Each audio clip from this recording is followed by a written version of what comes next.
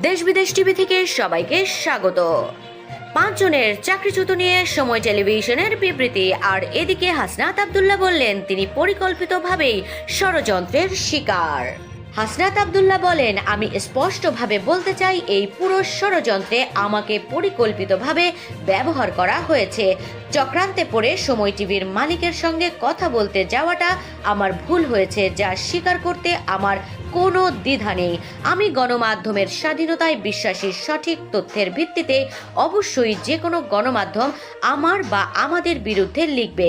সেটা প্রতিষ্ঠিত করার জন্যই আমরা আন্দোলন করেছি, রক্ত দিয়েছি।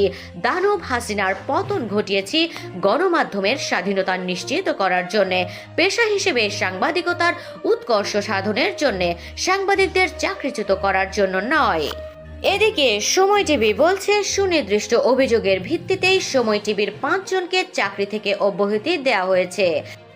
একই সঙ্গে এসব সাংবাদিকদের চাকরিচ্যুতির বিষয়ে বৈষম্য বিরোধী ছাত্র আন্দোলনের সমন্বয়ক হাসনাত আব্দুল্লাহ বা অন্য কারো কোনো সংশ্লিষ্টতা নেই বলেও প্রতিষ্ঠানটির পক্ষ থেকে জানানো হয়। বিবৃতিটি সময় টেলিভিশনের ওয়েবসাইটে প্রকাশ করা হয়েছে। সময় টেলিভিশন বলছে, দেশ ও সময় টিভির সঙ্গে সাংঘর্ষিক এমন কাউকে চাকরিতে বহাল রাখা হবে না, আর তারই ধারাবাহিকতায় তাদেরকে চাকরি থেকে অব্যাহতি দেওয়া হয়েছে। সময় টেলিভিশনের কর্তৃপক্ষ আরও বলেন, গত 18 ডিসেম্বর হাসনাত আব্দুল্লাহ সিটি গ্রুপের ব্যবস্থাপনা পরিচালকের সঙ্গে দেখা করেন।